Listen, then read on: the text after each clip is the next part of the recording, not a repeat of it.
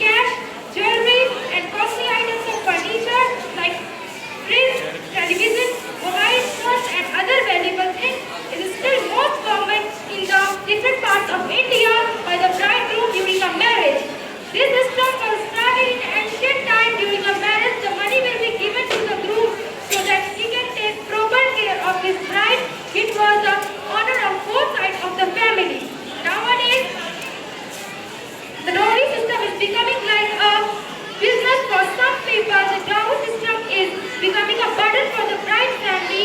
Many times, if the demand is not fulfilled according to the boys, the marriage is abruptly cancelled as a result of this failure. In many places, some brides are not able to give such a valuable things, so girls are harmed by a groom's side. Even it leads to death. In India, everyone speaks and protests for the women's rights, and Beti Bachao, Beti Padhao is the slogan of our respectable government.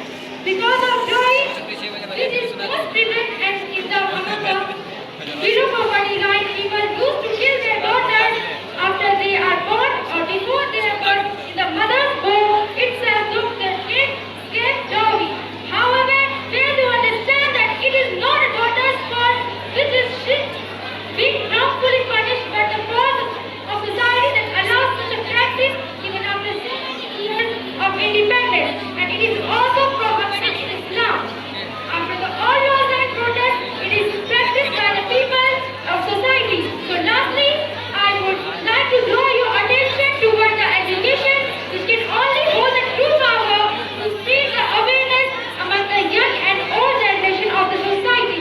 Rather saving your money for the tourists, use it for education of their girl child. At the same time, teach your boy child to respect the woman in their life, because as a wife, woman is the responsibility of their life.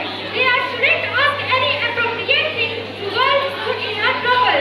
The knowledge of deen is equally important the knowledge of dunya. Thank you.